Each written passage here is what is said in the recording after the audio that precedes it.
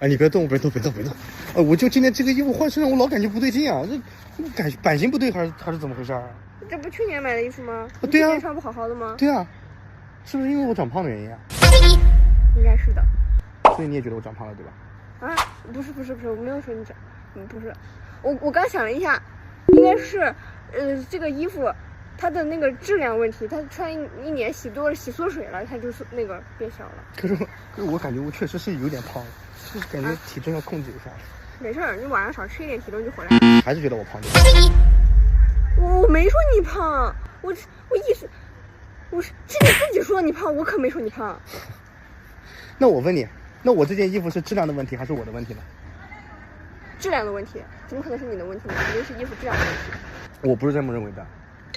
那你怎么认为的？那我问你啊，那要是我身上穿的衣服有问题，你觉得衣服问题还是我的问题啊？既不是你的问题，也不是衣服的问题，是我的问题。我为什么没给你买新的呢？我为什么没给你买新的？我肯定会给你买新的呀。